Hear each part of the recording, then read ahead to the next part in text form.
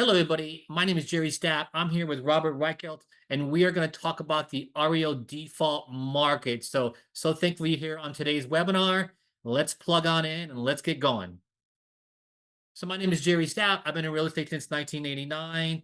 I've mentored, I've coached so many agents. I've shown them how to do BPOs. I've showed them how to be successful when they get a listing, how to leverage it for more business. And so that's a little bit about myself. And I'm also here with Robert Reichert. Robert, tell us a little bit about yourself, bud. Absolutely. It's common. A lot of people think I'm White Kurt when it's actually Weichelt. I get a lot of people thinking I'm in the White Kurt franchise. Funny story though. I've been in the real estate industry since 1986, and the reason why I bring that up is because I've seen a few things. Mother was an REO broker, still is. So I was in the early 90s and the early 2000s. The early 90s I call the glue stick era, and I think it's interesting look back where we drive to the property, take a bunch of photos, go to the 1 hour photo, wait for them to be developed, then go back to the office, get the glue stick out, put the photos onto a photo addendum, type up our BPO, and they were like 6, 7 inches thick. And every BPO, we'd have to drive down to FedEx and drop them off. And I tell you that just because I've been doing this a long time. Also, I want to tell you that I scored 1% with Freddie Mac. And the reason why I tell you that is not to brag, it's to prove a point. You are scored on every single task you as an agent do for the REO companies. I always like to start off with this though. I don't want anyone losing their home through foreclosure, but the banks, just like any other seller, deserve the best. And that's why I become the best in the REO space. I've had REO and short sale branches in 8 states. I've closed over 3,500 transactions. So I've seen a thing or two as it relates to the REO market. I'm a proud member of the EXP family. I'm a broker associate, and I actually do the REO certification training for EXP, getting our agents trained and certified in the REO space. So I'm happy to be here today. Amazing, amazing. Thank you, Robert. So today's agenda, are REOs still viable? Is it still time to get positioned? And what are the 6 steps to REO success? Then how to position yourself. So let's kind of go through this agenda and let's get going. You got it. Yeah, we're here to basically help agents get positioned for REO. And a lot of times agents, they have the question, is REO coming? Should I even be Mhm. in tune with this space, the default space?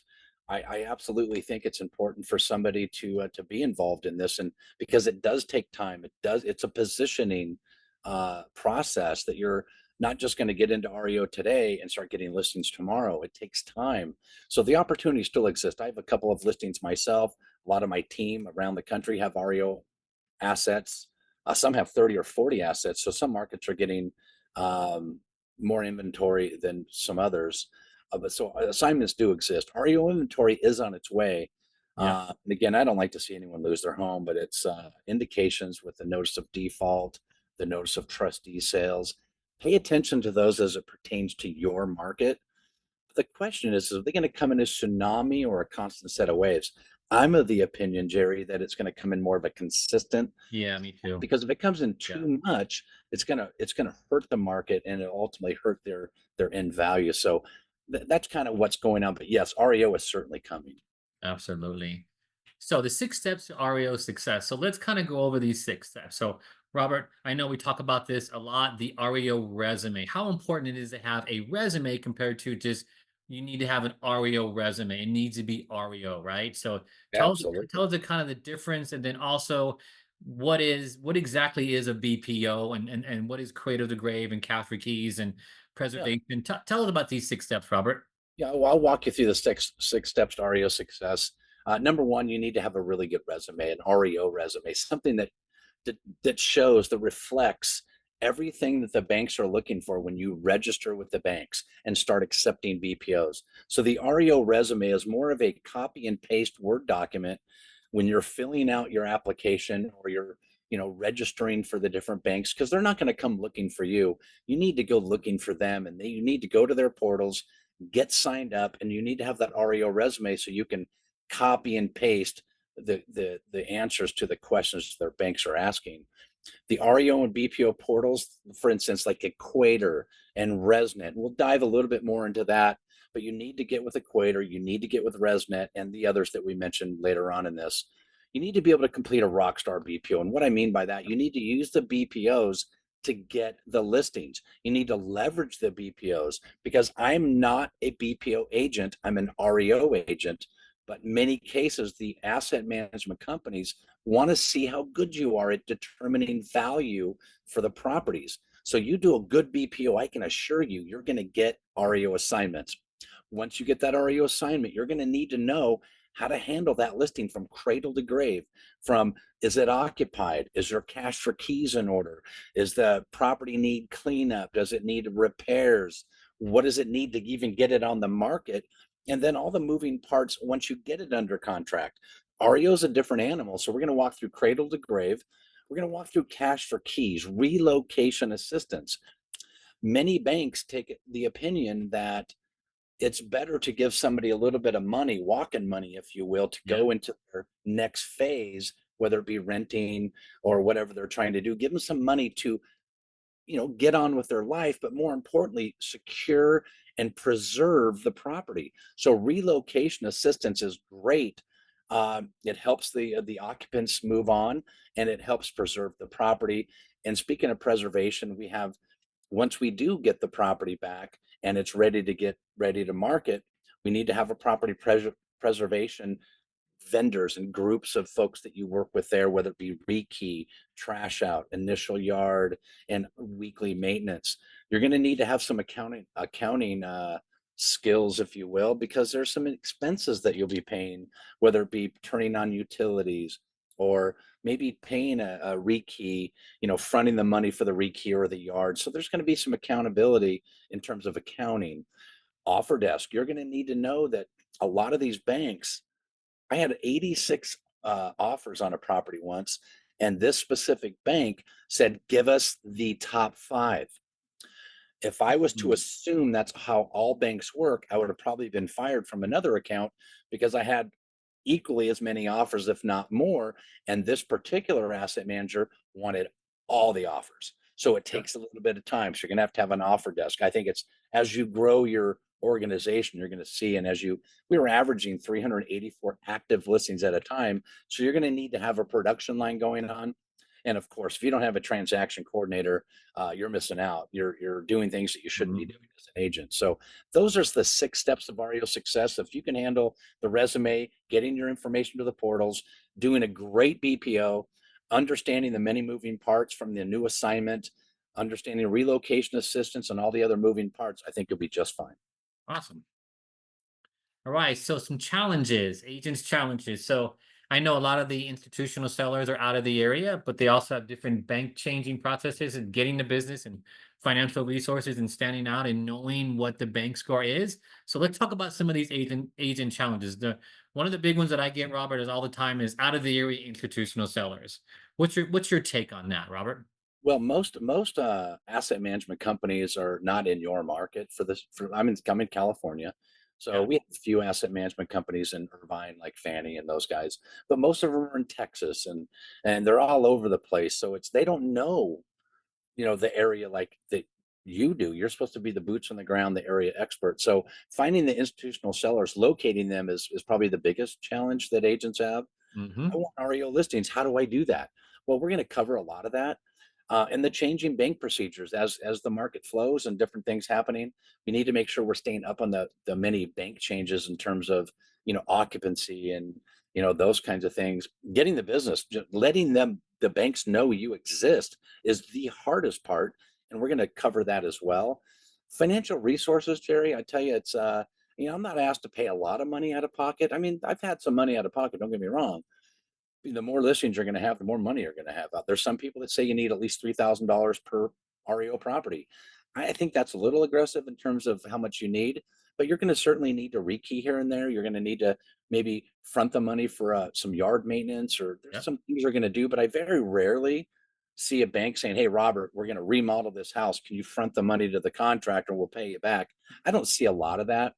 I see where most of those banks are saying, "Give us your contractor, and we'll coordinate the payment structure and all that with them directly." I like that. The Like biggest thing, Jerry, utilities and stuff like that. utilities, and rekey. Those are the big things that Big we ones. Yeah. agents have to pay up front. Sometimes we'll pay for an initial yard, but I don't see a whole lot more than that. I think the biggest thing, Jerry, is standing out, getting noticed. You know, d- for instance, I have an REO that's here in San Diego, and people kept breaking into it. So the bank said, "Hey, what do you suggest?" I said, "Well, you know what I could do is get a safe light alarm with a front camera, back camera. We can monitor what's Mhm. going on, and put our little displays that we have an alarm that the police will be called." And I went and installed that. I'm not an alarm installer by any stretch. My kids actually laughed that I was even going to go try that. If you know me, I'm not a big techie guy. I mean, I can find my way around the computer, but putting together an alarm system, for example, and there's lots of different things. You need to be a solution provider for your asset manager. You need to let them know that you're the expert and they can count on you for value, but also knowing what the city and county ordinances are as they relate to vacant and or abandoned properties through foreclosure. So knowing what the banks score on, for example, if they send you an assignment, you need to accept it right away. Then they're going to trigger a BPO, then they're going to trigger occupancy. So you need to get those things handled. So if they're asking for a 48-hour turnaround time, you need to get it done in 24 hours. So knowing what the banks score on is how you're going to Yep. stay in the business. Getting in is one thing, but staying in is an entirely different thing. So, yeah, to all those things that you're asked to do by the bank, there's time frames and dates on that, and you got to meet those, and that will keep you a really really good score, and vice versa. If you don't meet those time frames, it's going to hurt your score. Absolutely, and Yep. I find that, the asset managers, because they don't really know the agents. I mean, they sure everybody has their relationships, but as the market starts to pick up and they need more coverage, they're gonna be relying on agents that they may not know. That's good news for agents just getting into the business, but they're gonna rely on agents they may not know to do a good job. So if they do a great BPO and they get their tasks done on time, or early is better, by the way, because on time is late. If you think of that, you'll get it on time and do it early. So once you know what they're scoring on, getting in is one thing, but staying in is another. Yep. All right. So I hear this all the time, special skill sets. So special skill sets is self-improvement. So let's go over these skill sets that you need. And that way you guys can dive into those and start learning these skill sets to make sure that you are ready. So evaluating. Robert, I'd probably say evaluating and marketing are two of the biggest, evaluating specifically on a BPO, broker's price opinion. That's a biggie, right? Knowing Oh how to yeah, that evaluate that's properties. the biggest. Yeah, in my opinion, the BPO evaluating a property is the biggest thing that most agents have trouble with. They have trouble in the traditional market, so I can only imagine what kind of trouble they're going to have when the market's starting to go down. The values are starting to drop, and you're so used to them going up. Now they're starting to come down a little bit. You need to be able to track and measure that. So doing a good BPO is really the most important thing. But most listing agents will be okay with evaluating because they do it all the time. All So the I time. encourage agents to not only work as a listing agent in the pre-foreclosure market, but also it'll help you in the post, helping vacate properties, learning how to negotiate cash for keys, relocation assistance. If you have any property management experience, that's always helpful. Make sure you put that in your resume, your REO resume. The listing is just like any other listing. Once, because banks want to look just like everybody else. They don't want to be, hey, look at us, we're disclosed, distressed property. They want to look just like the rest of the neighborhood. They don't want anyone thinking, oh, it's a disclose, it's an REO, let's give them less. They want to look just like everyone else. And the marketing strategy, not all these properties are in the best shapes. You need to have some out of the box, like a 203K lender. You need to have some construction type of knowledge on, at least lenders that know how to do that, and then ultimately selling it for the price that you did your BPO at, because that goes to your scorecard as well. Yeah, If you you keep get graded on selling, that. Yes. you sell them under that number, you're going to say, wait a second, you're giving up. You're not negotiating on our behalf. So these are the things that most agents have already, but definitely would be highlighted as an REO agent. So let me get this right. So you have to be a good selling agent, a good listing agent, and know how to do marketing. Sounds like traditional business also. So making sure that you're doing all that traditional stuff now on your current listings is also going to make you stand out when they look you up. Absolutely. Yep, absolutely. So REO farming sites. So look at this. So we have about 5 sites here that we're going to go through. So Robert, tell me a little bit about these REO farming sites. Sure, sure. I think it's important that I mean, I don't think we should spend all day on tracking the distressed market, but it's certainly something you want to pay attention to. I would start with probably foreclosure.com. It tells you, the foreclosure market and tells you all the things that are going on there. Property Radar, Jerry, you're probably familiar with this. I am. They used to be called Foreclosure Radar. Sean O'Toole brought it to market back in the last REO market. Once the REO started to evaporate, they changed the name, and I was up at their place up in Truckee, and we went in and rebranded it to Property Radar. So that's probably one of the more robust websites you can go to. It's a subscription based, but it's certainly a great website. Realty Track, another one. Lane Guide. Lane Guide is where escrow companies go to find out lender payoff information. This is a great resource for agents wanting to get into the REO space. Go to Lane Guide and just go to all the different portals there. And My Plus Leads. I think My Plus Leads has been my biggest in my pre-foreclosure market. I work a lot of notice of default, notice of trustee sellers before they go to foreclosure. So my whole approach coming from contribution is letting them, have some understanding of, okay, we've got a foreclosure filing, now what? Most sellers I talk to, Jerry, want to keep their home, and I'm okay with that. I want to do everything I can to help them keep their home. In the event there's no way to that for them to keep it, then it goes back to the bank, and then I'm positioned on the REO, the post foreclosure side. So My Plus Leads is not only FSBOs and expireds, but it also gives you the notice of default, notice of trustees market in your area. So Yeah, it's a my great plus leads, place. I use my plus leads a lot, and I love the data. It's very, very accurate. So great data company. Yep. All right, so REOs and BPO platforms. So all of these platforms keep score of your task and the things that you perform for the asset manager. So um, I have all of these, Robert. So tell us a little bit about these platforms and some of the things you need to look out for. Absolutely. ResNet. I love ResNet. I have a lot of clients that use ResNet. I actually do a lot of REO training for them, some webinar training. So I really like the folks at ResNet. They do a really good job. So you need to have a profile on ResNet because they may have 30, 40, 50 different banks that use them for their portal that push out the tasks, like you mentioned, to the agents. So they'll get, four different properties that say they're all on ResNet, four different banks, but you'll go in there and you'll handle all your tasks through ResNet. So if you're not on ResNet, you need to be. I would recommend you sign up for the free just to get your profile in there first. And then if you feel it's important to upgrade, I think that's a good one to upgrade on. Most of these different companies that you sign up with are going to ask for you to upgrade. I'd recommend that you upgrade only to these that I'm showing, at least in the beginning. So ResNet is super important. Equator used to be called Rio Trans, if you remember that back in the day. Then that Yes, they I do. they rebranded themselves as Equator during the REO and short sale market last time around. So they too are like ResNet. They are a portal that has multiple REO companies using them to disseminate all the different tasks to the agents.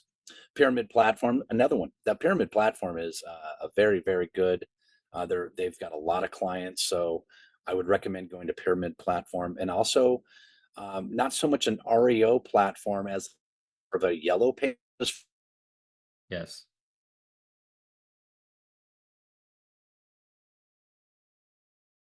So kind of your brag sheet, if you will, tell them about your experience, how many closings you've had, everything they need to know about you. Most REO agents are found from REO Network. It's kind of like I said, a yellow pages of sorts. So these are the four that if you're getting started in the REO space, this is where I'd start. Awesome.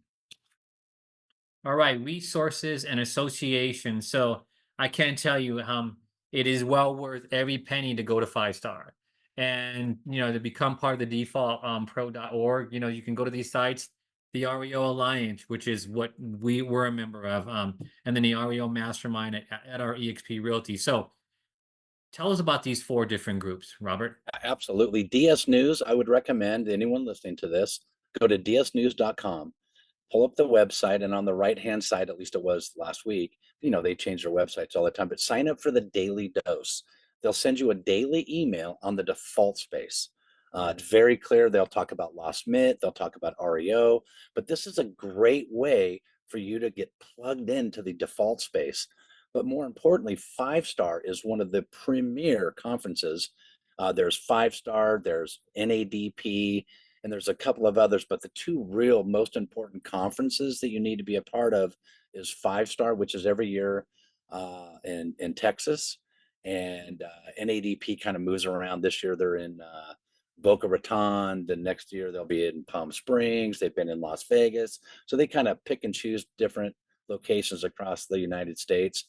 As you mentioned, the REO Alliance. I think if you're going to get plugged into anything, the REO Alliance is just absolutely the most powerful resource in terms of keeping in the loop in the REO space. And of course, if you're an EXP agent, we have REO Mastermind, where, like I mentioned earlier, I do a lot of the EXP REO certification. And EXP actually has a department that's all they focus on is getting out, getting to the bank, saying, hey, we've got a lot of REO agents that are trained and certified and ready to go. We want to be a resource for you. They're actually giving listings out to us agents that have gone through their training. And REO Mastermind is the best place in terms of an inner, like a, you know, inner office memo, if you will. It's all kind of EXP agents, but it's a great place. So I think more importantly, Jerry, is just being plugged in and how the default space affects your current market. So it's I wouldn't put all your eggs in one basket, but definitely pay attention to these four that we put here. Absolutely.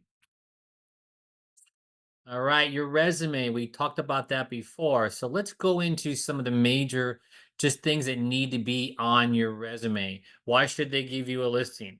How do you stand out from the rest? What are some of your marketing tools? Experience must be blended. So let's get an answer to these three questions. Absolutely. So your resume is that it's not it's a marketing tool. It's not like back in the old days where you sit across the desk from somebody and give them your resume and they're reading it in front of you.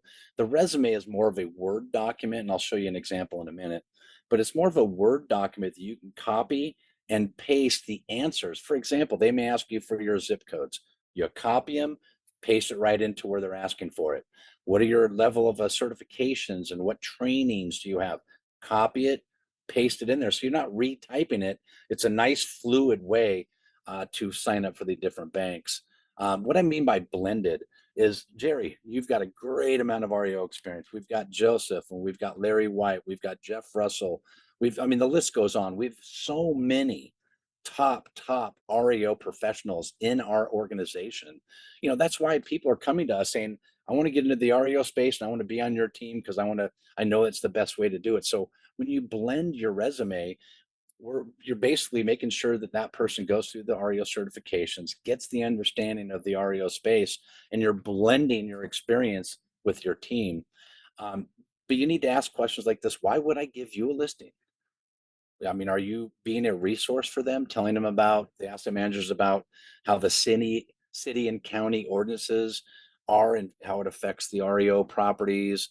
What are you doing to stand out from the rest? Are you being proactive and being a resource? What are you doing? Because the REO asset managers are not going to come looking for you. You need to come looking for them. So you need to really, when standing out, the biggest thing I can think of is the BPO. If you do a great Yes. BPO, they're going to notice you. If you do a bad BPO, they're certainly going to notice you and more than likely delete you from their database. So Yep. resume is super important. We'll dive into that here in a little bit.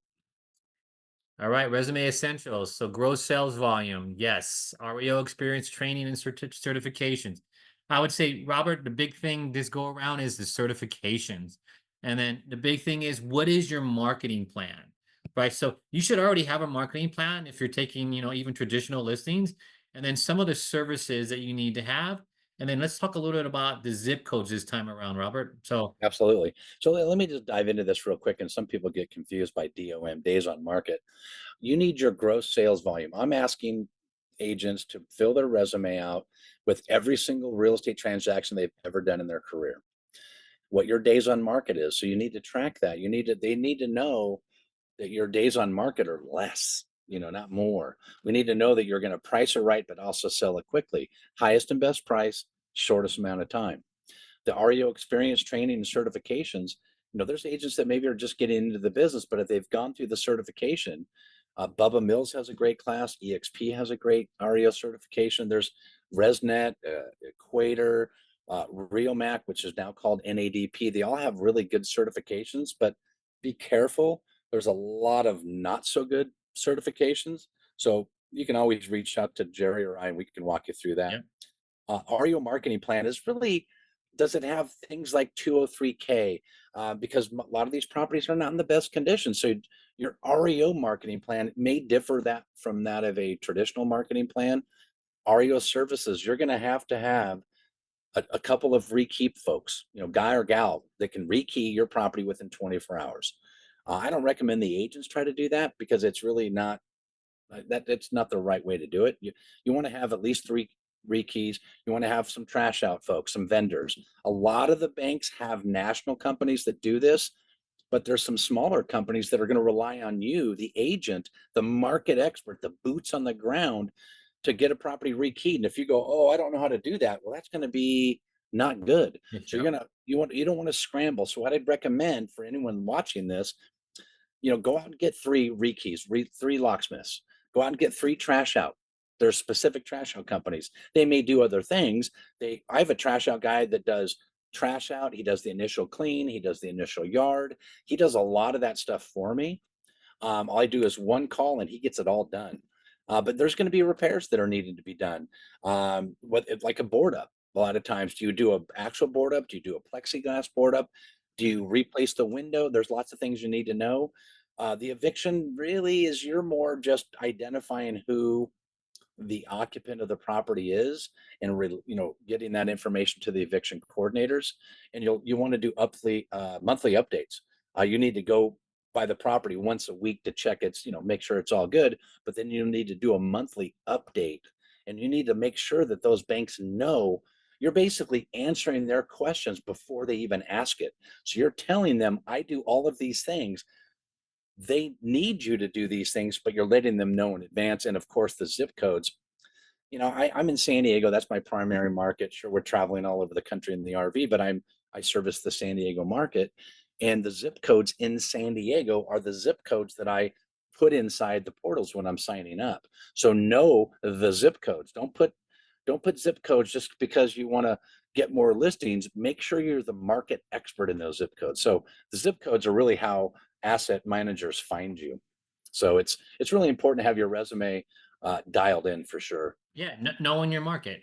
Yeah, So here's an example, Jerry, of a resume. Now, this is a great resume. It's a sample, but broker, GRI, CRS, it's like alphabet soup. Great designations, great affiliations, great recognitions, but it doesn't say anything about REO. And Jerry, let me show you what does. This is an yeah. REO resume. They want to know your sales volume. They want to know they can count on you to get things done because you've done it before. They want to know your BPO accuracy. Most people don't realize you need to track that. And the scorecard will tell you what your BPO to sales price is, and you want to know what your average days on market is. You want to know that the questions that they're going to ask before they ask them. Do you have REO related services? What experiences do you have in terms of marketing? Like I mentioned, the 203K rehab loan. Sure, everything else is pretty, standard in terms of marketing, but adding the FHA 203K because some of these properties are, maybe not in the best shape. I know for HUD based every HUD that I've had sold is there's no flooring and a lot of times there's no cooking store. So it limits how many people can actually buy that home. So a 203K would be ideal for a first time buyer coming in, adding those repairs to the sales price, coming up with so it's all included. So network of licensed bonded contractors, we talked about that. Yeah. The key trash repair, inventory management. This is key. Inventory management. They're asking this because they want to know that you can handle volume. As I mentioned earlier, we had 384, 85 active listings at one time. It was crazy, but you need to know how you can handle inventory management so that because an REO asset management company doesn't just give you one listing. Hey, Jerry, thanks for playing. No, it's Jerry, you did a good job. Here's four more. Here's three more. They want to know that you can handle inventory. And of course, the liability protection, like I mentioned before, knowing the city and county ordinances and municipal codes as they relate to vacant and or abandoned properties through foreclosure. So there's a lot of stuff that people are asking. So you're answering the questions before they ask it of you. So your new REO identity. So what's the difference between an REO identity and say your normal identity? I think is really, really important. So when an asset manager sees you, they know that you can handle REOs, right? So tell us a little bit about the difference, Robert, on that. Absolutely. And the reason why we did this is the asset managers, like in your email signature, they want to know that you are in the REO business. They don't want to, they're kind of, they're really specific in the terms of who they're looking for to work with them. So I want to make sure they know by the name that it's that I know what I'm talking about. For instance, sandyreo.com. You have an email account. I think it's important to have your email separate from traditional to REO. And there's even we have two phones. One's an REO agent and one's an REO phone and one's a traditional phone. Because when your asset managers call, you need to pick up the phone, but I'm finding it increasingly difficult to answer every single phone call because 99% of the calls I get, Jerry, are selling me a warranty or wanting to Yes. do escrow services. I'm like, great. I think I appreciate all of them for prospecting, but every time I answer the phone, it's it's very rarely a seller. It's always somebody trying to sell me something. So a lot of times we stop answering our phone and sending it to voicemail. You need to answer your phone every single time with an asset manager because if you don't, they call you, you don't answer, they're not going to leave a message. They're going to hang up and call the next guy. So it's important that you have full separation there. In my opinion, it saves a lot of headache because if you get an asset manager that calls, you see a missed call on your phone and go, oh man, I didn't get that. They've moved on. So I think that having two phones, one REO phone, one traditional phone, having two identities, American Realty and American REO Realty, for example, I think that makes sure that everybody knows that you're in the REO space. Another thing, Jerry, I don't know that I want my traditional sellers thinking that their property is going to be marketed like a foreclosure because they think there's a Yeah. stigma with Good that. point. So you Good need to point. separate those two. And that's the main reason why. So this is one of the biggest things that we've coached agents on is just, picking up the phone, being very, very responsive. Like, I mean, if you're like, for example, if you got an asset assigned to you now and you know that, hey, I could squeeze in and go check occupancy so I can get a head start on ordering the rekey. All these things is what you need to be able to manage and also put in your resume, and that will become part of your REO identity. So, so important to have that mentality of just getting it done. Absolutely. All right, ideal REO agent. So this is just the ideal. It doesn't mean that I seen agents that have 1 year REO experience continue to grow and get business. I mean, absolutely, I do. So remember, BPOs getting really, really good at, but 5 years experience, 3 years experience in REOs, trained and certified with the right certification companies. Like you said, you could reach out to me and Robert. And can you speak REO? If you call the asset manager and you say REO, that's not going to be really, really good, right? And so having the financial resources, I mean, that is a big box that you need to check.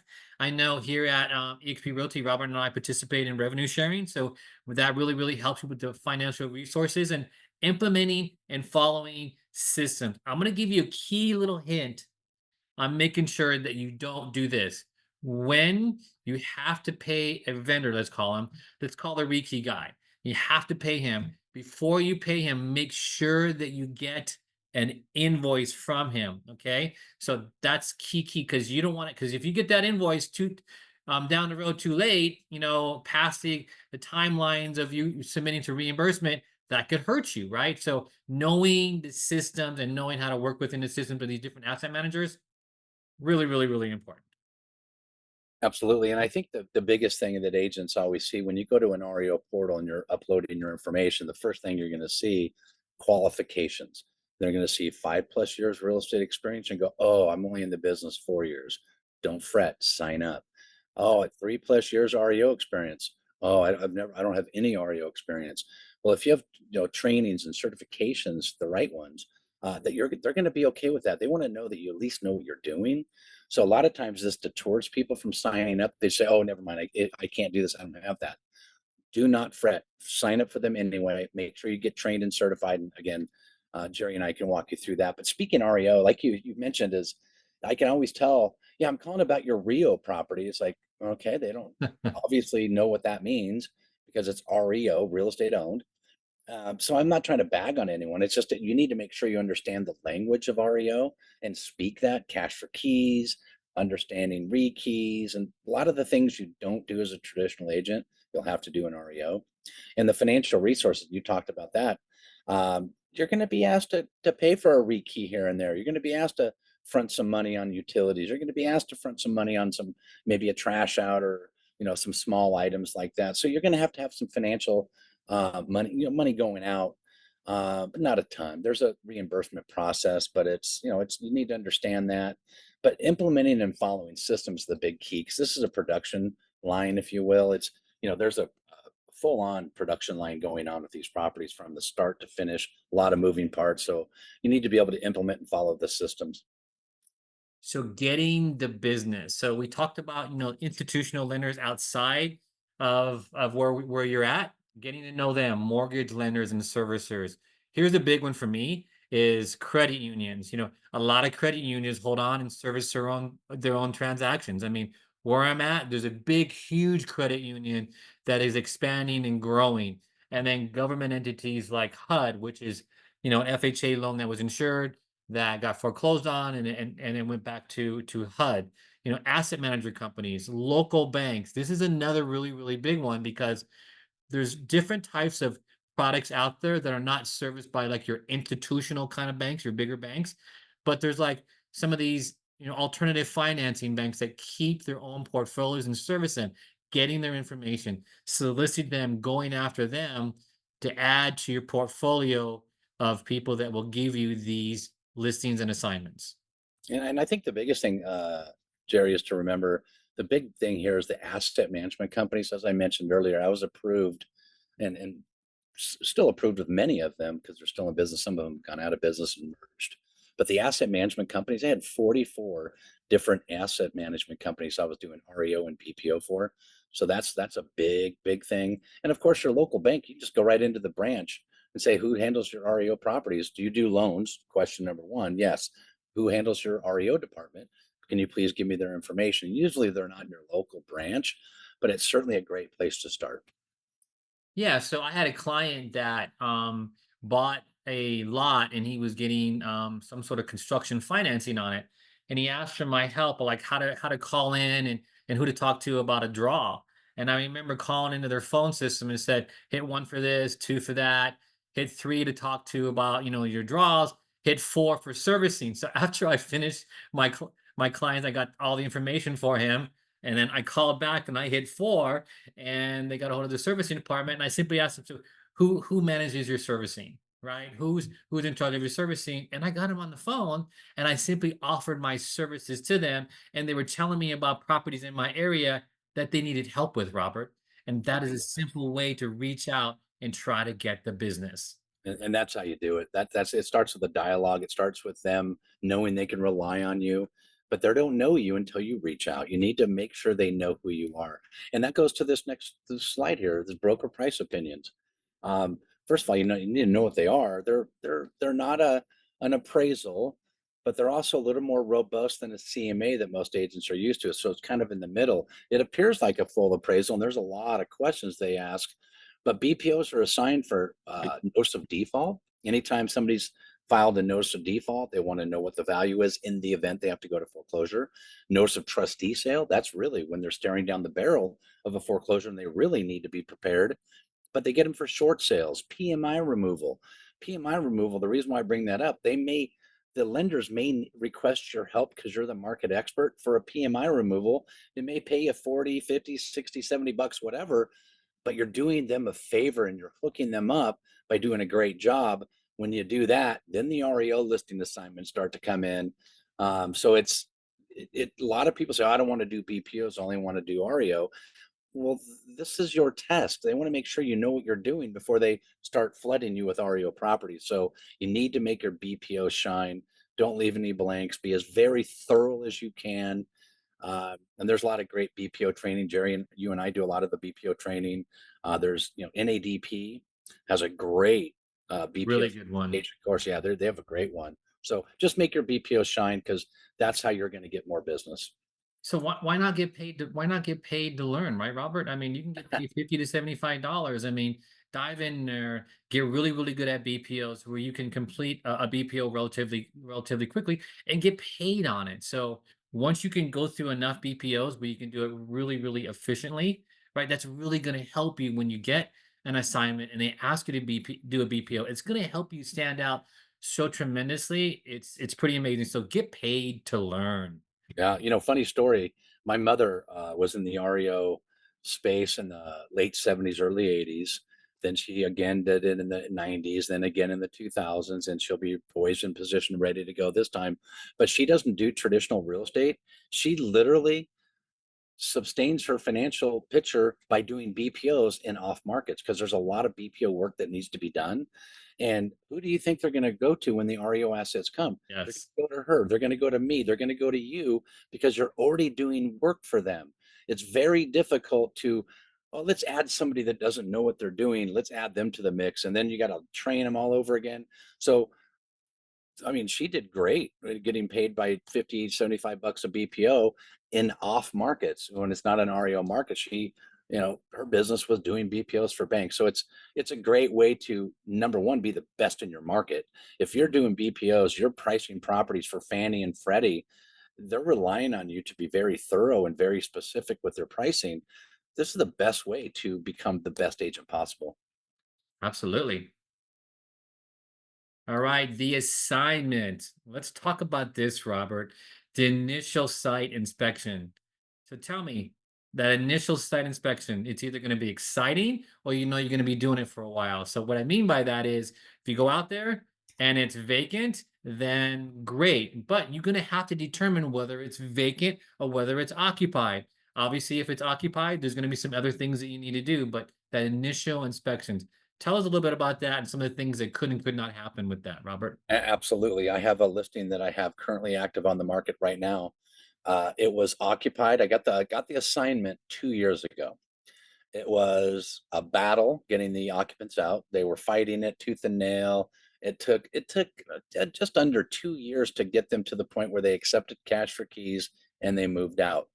But like you said, some properties you go up to, it's vacant. Then let's go. Let's get it rekeyed. Let's get the BPO and let's get it to market.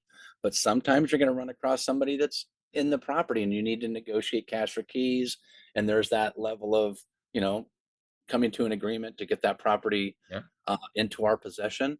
And we need to report back within 24 hours whether it's occupied or not. If it's occupied, we need to get the occupant's information, name, email, phone number, so the eviction coordinators can start having the dialogue. It's really not us agents as having the dialogue on cash for keys. We're just more the messenger. If it's occupied, you need to get to them right away. If it's vacant, you need to update that, and that'll trigger a BPO. But you'll do a BPO if it's occupied, and you'll do an exterior BPO, and then start renegotiating the cash for keys. If it's vacant, you'll do a full BPO, which is interior and exterior. So getting to the property is and finding out who's in the property is the most important thing. And all of these things are being tracked in your system. So make sure that you're getting them done ahead of time. And I like that saying, hey, if you're not early, you're late. Get it done early so you can keep that score high and you can continue to get assets from them. And then other asset manager will see your score also. Really, really big. Another thing that you just mentioned is key. You do a great job for an asset manager, they will not keep you a secret. They will share it with every single asset manager in their building. You need a good guy in San Diego, call Robert. He did a great BPO. He helped me out with this, that, and the other thing.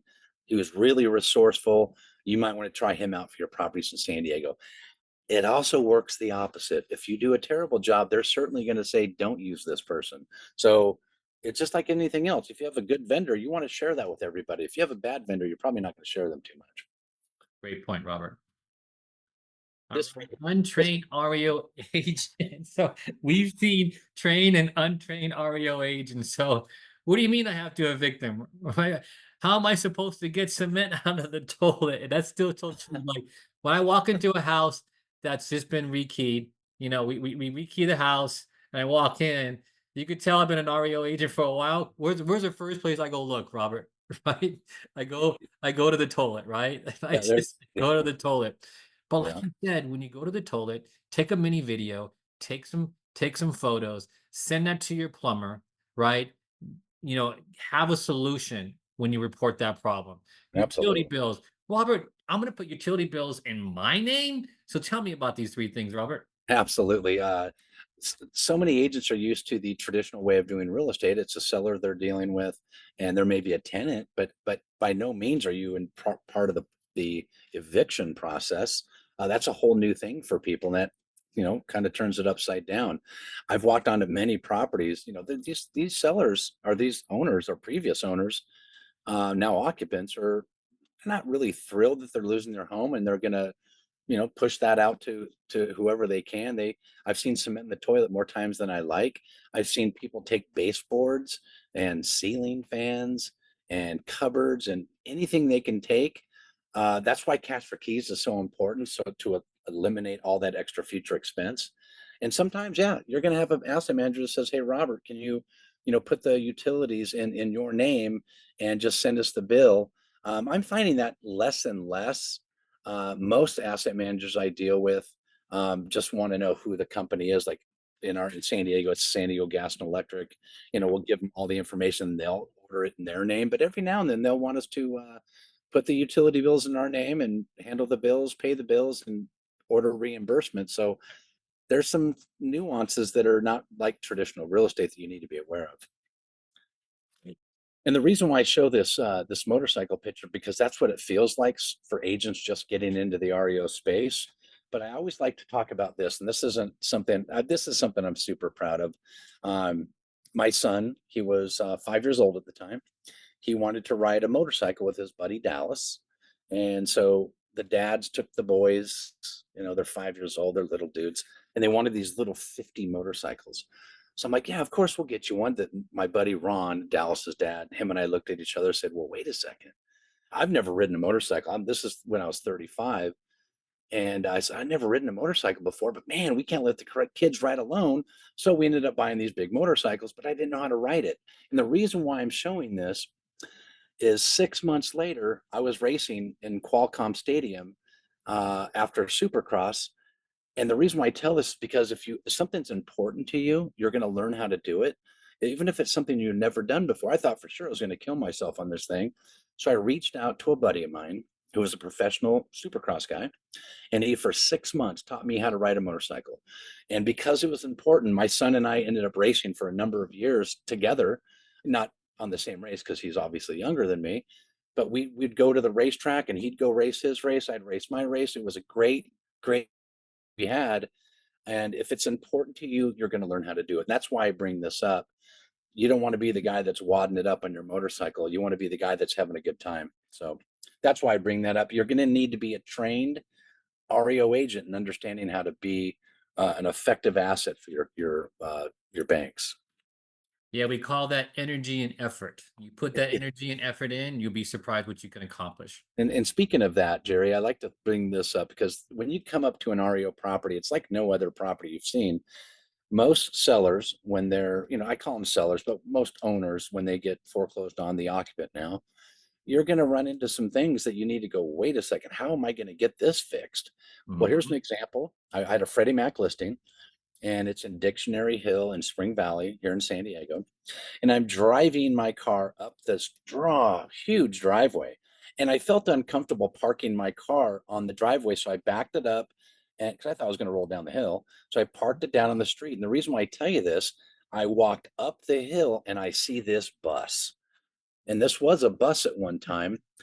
So I said, well, wait a second. I know the bus can't stay because the property is vacant. They clearly left this for the new owners to deal with.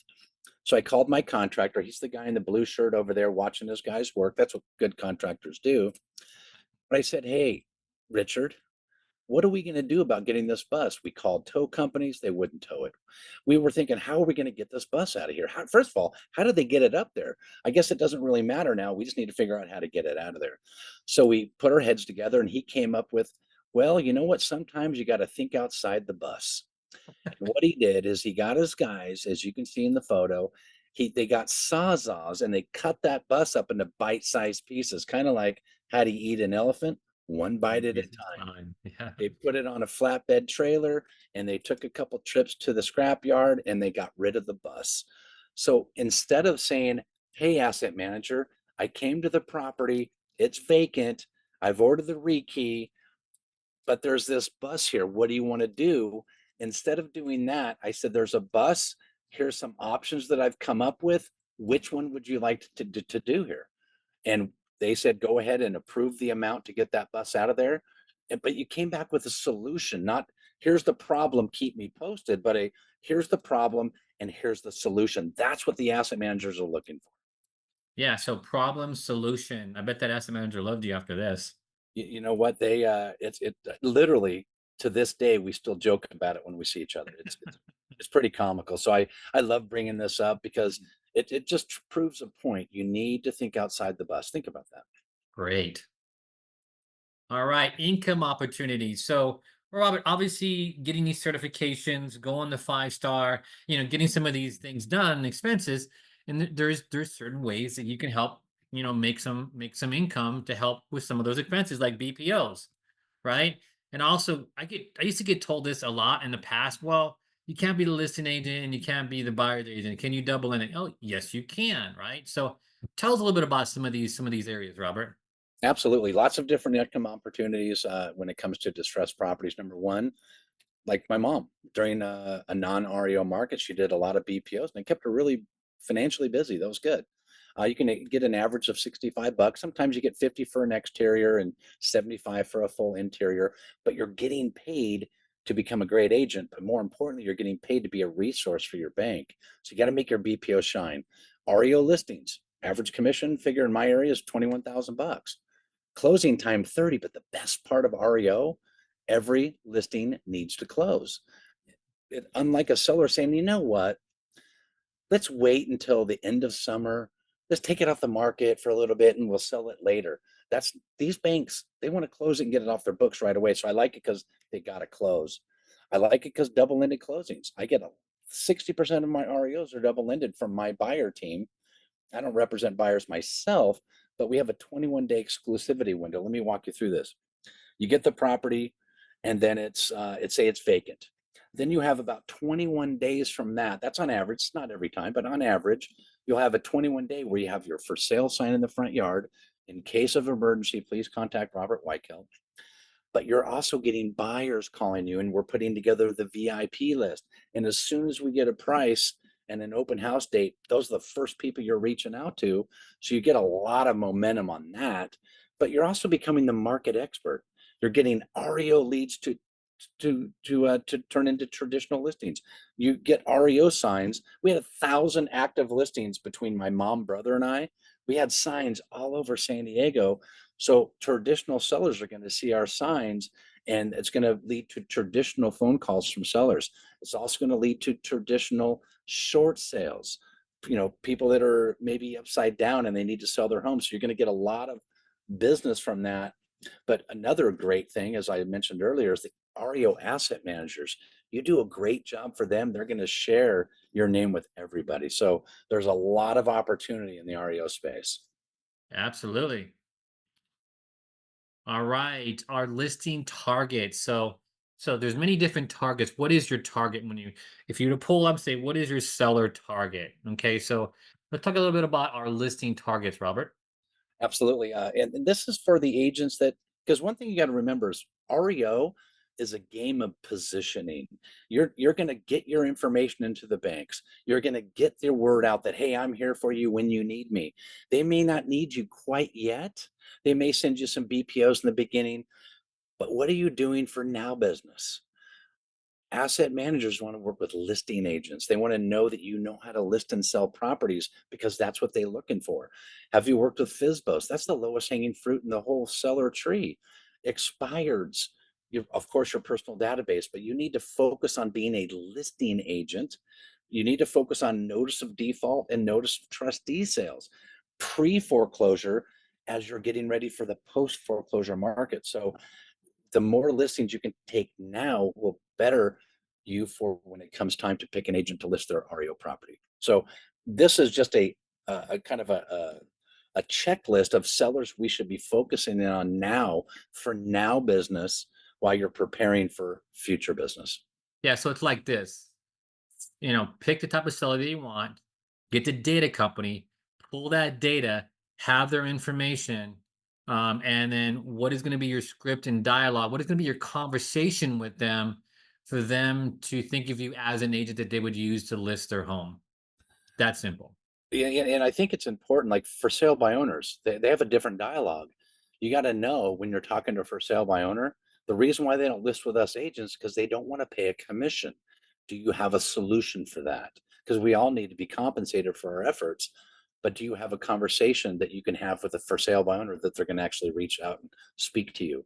I like expireds because they've already been 6 months in most cases with an agent. Maybe their home is overpriced and they couldn't get it sold, and if they're motivated, the expired seller is motivated, and you can come in with a solution for them. It's a great way to go. And the notice of default, notice of trustees, Jerry, is something that we're coming from contribution. I'm not a big fan of saying, hey, you want to list your house? I see you're in default. No, I want to be a resource for you. Should you want to navigate? Because everyone I talk to in the notice of default, notice of trustees world, they all want to keep their home, but not all can. So we need to be a solution with them as well. So this is just a target list of who you should work with. And I help coach, train, and mentor agents all over the country on just this very thing. I love that. All right, the opportunity gap. So you recognize the opportunity, you understand the challenges, but how do you bridge that gap? So education and resources. I know Robert, you and myself, we educate a lot. We are a huge resource on all of these. So tell us a little bit about some of the things you can do to help bridge that opportunity gap. Absolutely. The first thing you need to do is, like I mentioned earlier, sign up for DS News, sign up for their daily dose. Get involved in the REO space, even if it's just an email a week, an email a day. Read it, understand how it relates to your market. Some markets have more defaults and trustee sales than others, but I get anywhere between 20 and 30 um, a week, and I'm starting to see that number climb. So you need to make sure you're getting trained, getting certified, and you can reach out to Jerry and I to help you walk you through that.